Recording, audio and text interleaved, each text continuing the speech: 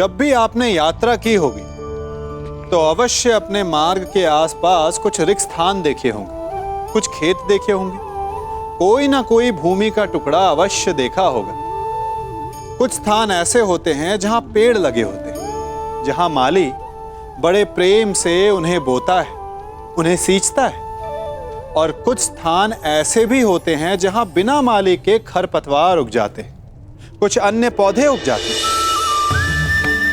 माली द्वारा उगाए वृक्ष हमें ठंडी छाया देते हैं, हमें फल देते हैं, ईंधन के लिए लकड़ियां देते हैं। और बिना परिश्रम के उपजित खरपतवार यदि कुछ करते हैं तो ये कि वो भूमि को बंजर बनाते हैं। हमारा मन भी रिक्त भूमि की भांति होता है।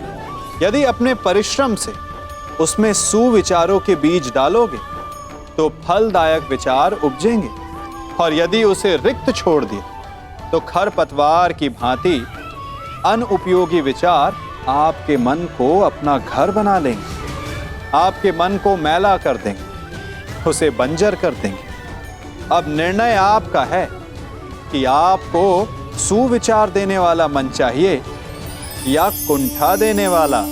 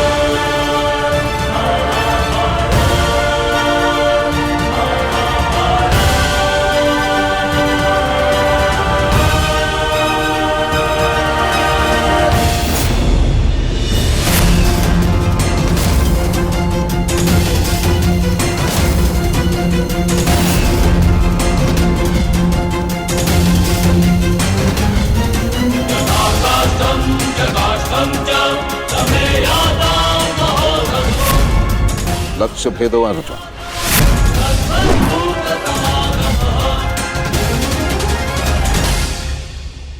मैं नहीं चाहती कि मेरा कोई भी पुत्र एक दूसरे का वध करे।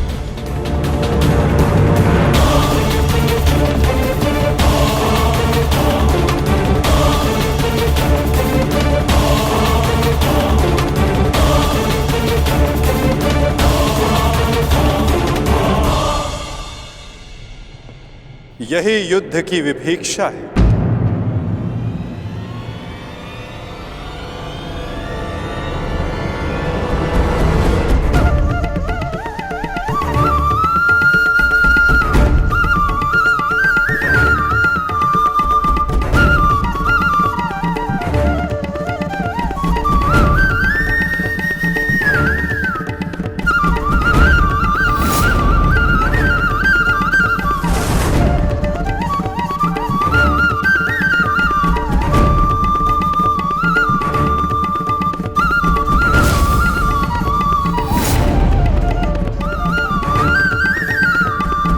चाहे जो भी पक्ष जीते, परंतु हानि दोनों ही पक्षों को होती है।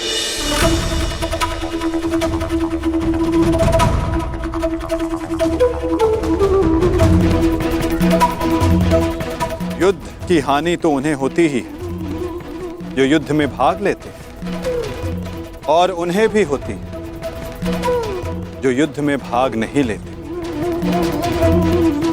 और अब जो मैं बताने जा रहा हूं, यहां उपस्थित कुछ लोगों को यह ज्ञात है, और जिन्हें ज्ञात नहीं है वो इस बात को जान लें।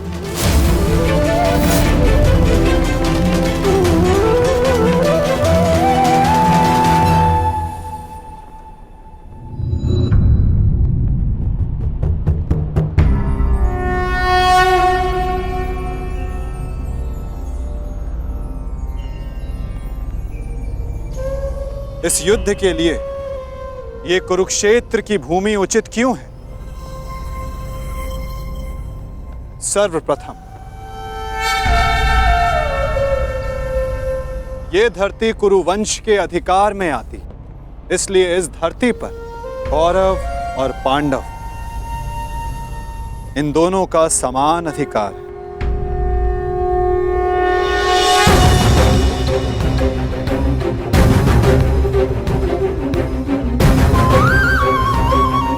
ये भूमि, ये पवित्र स्थल देव नदी सरस्वती के दक्षिण और दृश्यवाही के उत्तर दिशा में आता है। ये भूमि, ये भगवान परशुराम के यज्ञ कुंडों से घिरा हुआ है, और उन भगवान परशुराम के 3 शिष्य भी इस युद्ध में भाग ले रहे हैं। महर्षि कुरु ने बरसों तक इस भूमि को जोता और देवों से यह वरदान प्राप्त किया कि जो भी इस भूमि पर मृत्यु प्राप्त करेगा उसे मुक्ति मिलेगी, स्वर्ग मिलेगा।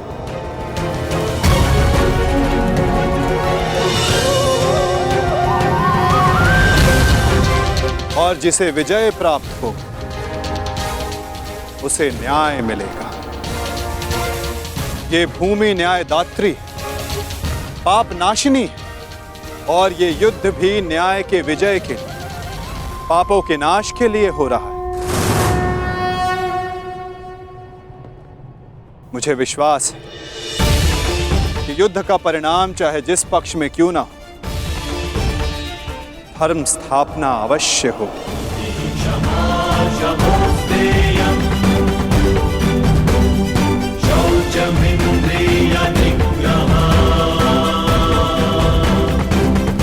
आज से 1 सप्ताह के बाद युद्ध की तिथि निर्धारित हुई। दोनों ही पक्षों के पास युद्ध की तैयारियां करने के लिए 1 सप्ताह का समय है।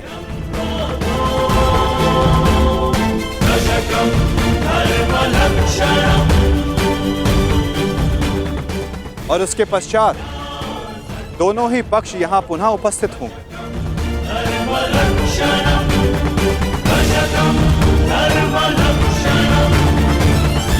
युद्ध के नियम निर्धारित करेंगे, फिर आरंभ होगा महाभारत का।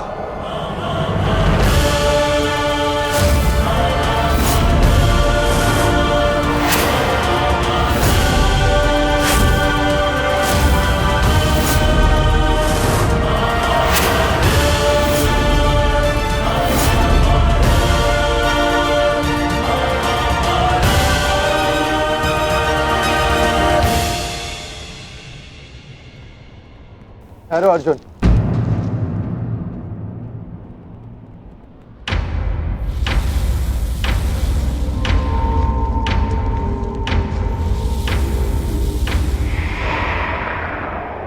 युद्ध से पहले भी आप हमारे श्रद्धेय थे, युद्ध में भी होंगे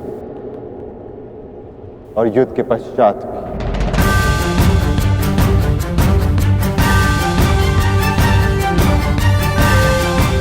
प्रणिपात। आयुष्मान भव।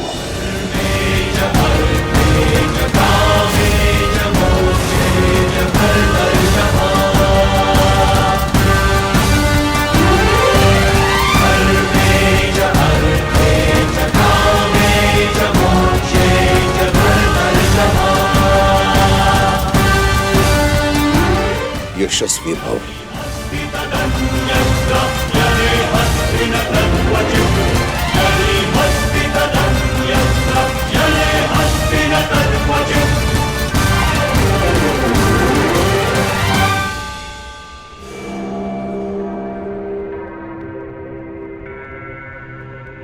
ये क्या था पितामह, जिन्हें हम युद्ध में परास्त करके उनका अंत करना चाहते हैं, उन्हें आप लंबी आयु का आशीर्वाद दे रहे हैं? ये दुर्योधन जब छोटे आशीर्वाद मांगे तो उनको आशीष देना बड़ों का कर्तव्य है।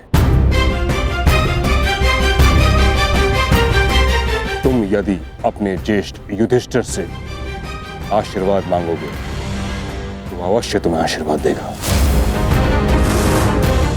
इतनी बड़ी सेना है तुम्हारे पास, मेरे केवल एक आशीर्वाद देने से तुम अपना आत्मविश्वास खो बैठे। तुमने जो चाहा तुम्हें मिला, वो सब कुछ तुम्हारे पास है जो तुम्हें चाहिए।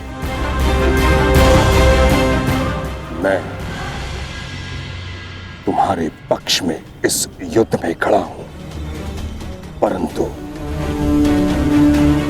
पांडवों को भी मेरे आशीर्वाद का अधिकार है।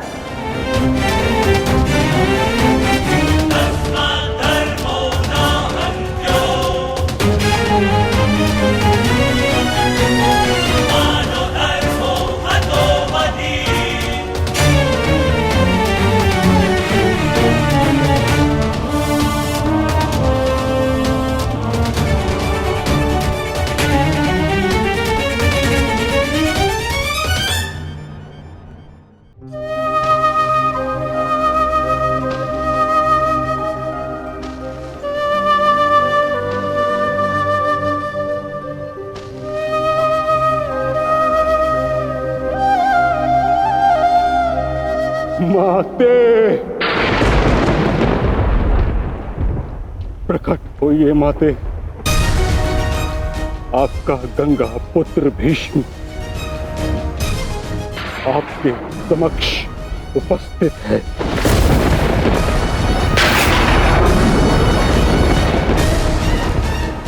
क्या मेरी आवाज आप तक नहीं पहुंच रही?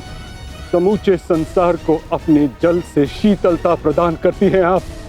आज अपने पुत्र के जलते हुए हृदय को शीतलता प्रदान करिए माते। प्रकट होइए। समझ गया मैं। आप मुझसे रुष्ट हैं, असंतुष्ट हैं। आप कर भी क्या सकती? इस पथ का चयन अपने लिए मैंने स्वयं किया। यही मेरा दोष है। मेरा दोष वो प्रारब्ध है जिसने मुझे इच्छा मृत्यु का श्राप दिया है। मेरा दोष मेरी वो प्रतिज्ञा है जिसे मैं तोड़ नहीं सका।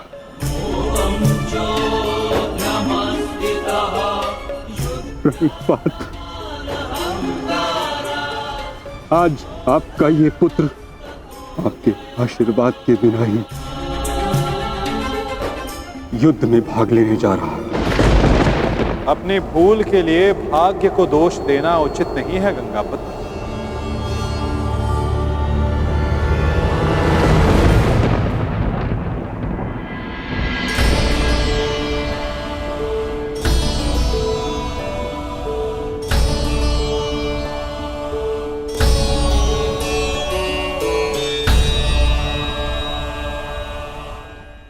एक योद्धा को इस अवस्था में देखना भी तो उचित नहीं वासुदेव।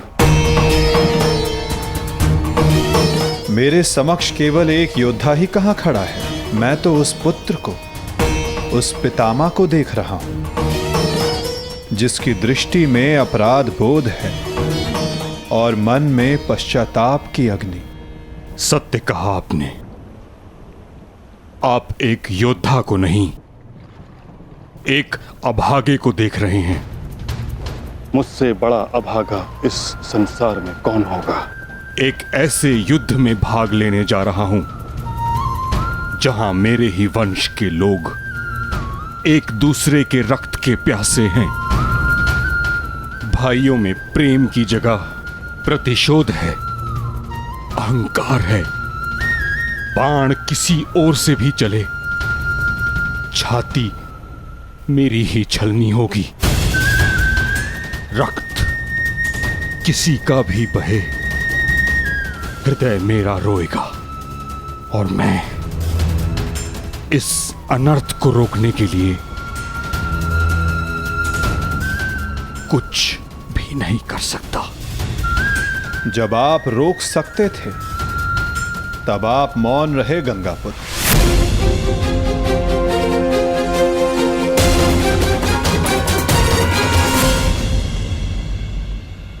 इस युद्ध को संभव बनाने में आपका भी योगदान है गंगापुत्र। उस अधर्म के आप भी भागीदार थे।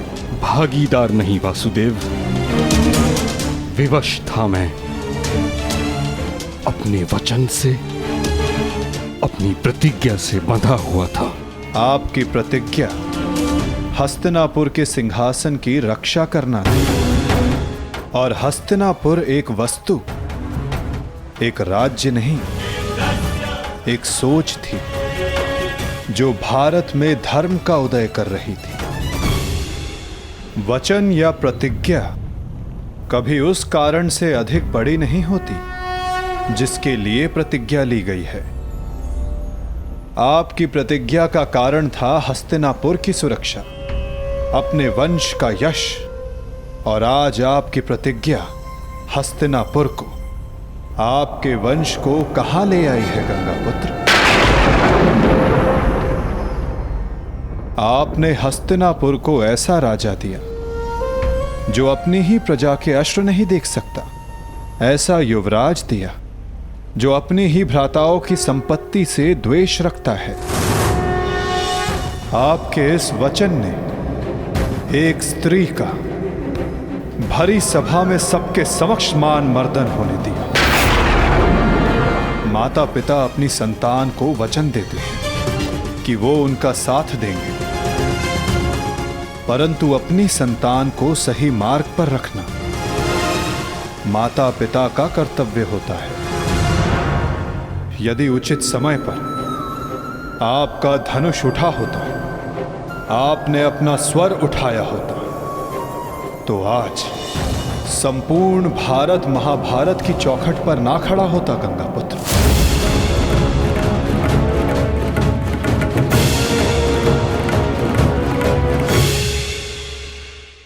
आपकी इस प्रतिज्ञा को पूर्ण करने के लिए कितना बड़ा मूल्य चुका रहा है ये संसार। समय आ गया है कि उस प्रतिज्ञा को तोड़ दिया जाए,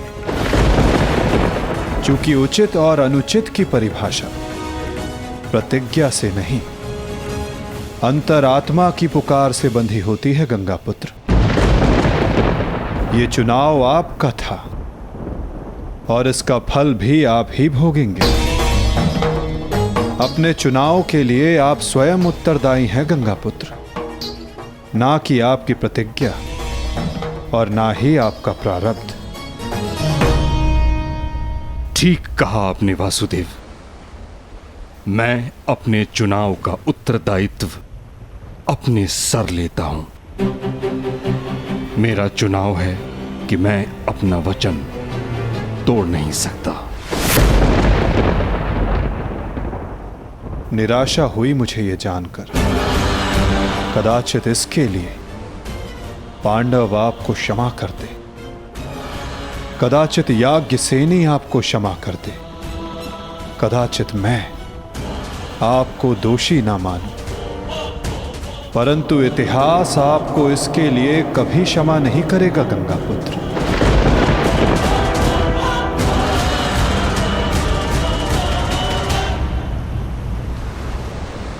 रुकिए वासुदेव, मैं नहीं चाहता कि मुझे क्षमा मिले।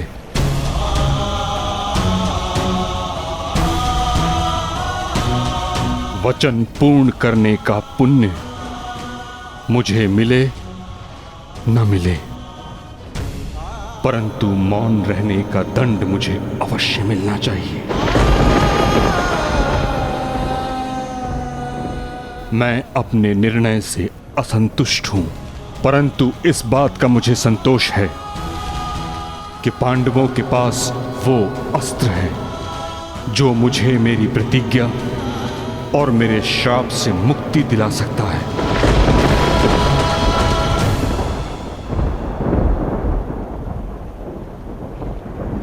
आप भली भांति जानते हैं कि मैं किसके विषय में बात कर रहा हूं, किंतु पांडवों को इसका ज्ञान नहीं। उनका मार्गदर्शन आपको करना होगा वासुदेव। भीष्म नामक समस्या का समाधान आप उनको सुझाएंगे। समाधान अपने गंतव्य तक पहुंचने को है गंगापुत्र।